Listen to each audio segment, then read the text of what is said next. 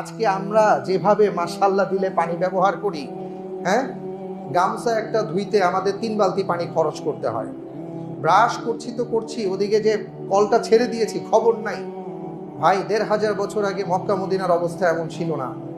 অনেক কষ্ট করে তারা পানি সংগ্রহ করতেন। ঘুম থেকে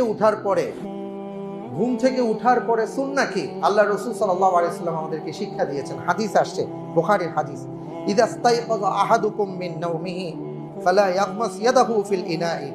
কেউ যখন ঘুম থেকে উঠবে, খবরদার হুট করে সে যেন পানির পাত্রে হাত চুবিয়ে না দেয়। সুবহানাল্লাহি ওয়া বিহামদিহি। অর্থাৎ তুমি তোমার হাতটাকে পানির মধ্যে ব্যবহার করো না, বা কোথাও হাত দিয়ে দিও না। কেন? হাত্তা ইয়াগসিলাহা সালাসান, যতক্ষণ পর্যন্ত সে তার হাতটাকে 3 বার ধৌত না করবে। ফাইন্নাহু লা ইয়াদরি আইনা বাতাত ইয়াদাহু, কারণ সে জানে না রাতের বেলা তার হাতটা কোথায় কোথায় ছিল। রাতের বেলা ঘুমের অবস্থায় আপনার হাত কোথায় ছিল, কি স্পর্শ করেছে, কি ধরেছে না ধরেছে, কি কোন পোকা আপনার হাতে বসছে আপনি জানেন না।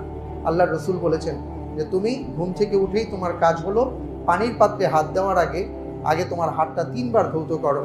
আর আজকে বিজ্ঞান বলে যে একজন মানুষ যখন 3 বার তার হাতটাকে ধৌত করেন, তখন তার মধ্যে আর জীবাণু থাকে না। আমরা যদি আমাদের এই ইসলামের ব্যাপারগুলোই আমরা আমাদের ভাই বোনদেরকে, আমাদের বাচ্চাগুলোকে শেখাবার চেষ্টা করি, ইনশাআল্লাহ তাআলা এটা অনেক উপকৃত হবে।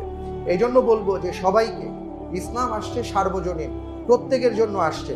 ইসলাম কিন্তু কেবলমাত্র, কোরআন কেবলমাত্র মুসলমানদের জন্য আসে নাই। আল্লাহ তাআলা বলছেন হুদাল্লিন নাস, এটা মানুষের জন্য হেদায়েতের বার্তা বহন করে। আজকে আমরা আফসোসের সাথে বলতে হয়, আজকে মুসলমানরাই কিন্তু কোরআন ছেড়ে দিয়েছেন, সুন্নাহ ছেড়ে দিয়েছেন। এই কোরআন এবং সুন্নাহ এখন অন্যেরা গবেষণা করেন, তারা গবেষণা করে এক একটা কথা বলে, আর আমরা সেটা কোটি কোটি ডলার দিয়ে তাদের কাছ থেকে কথাগুলো গ্রহণ করি, অথচ তা কিন্তু আমাদের ঘরেই ছিল।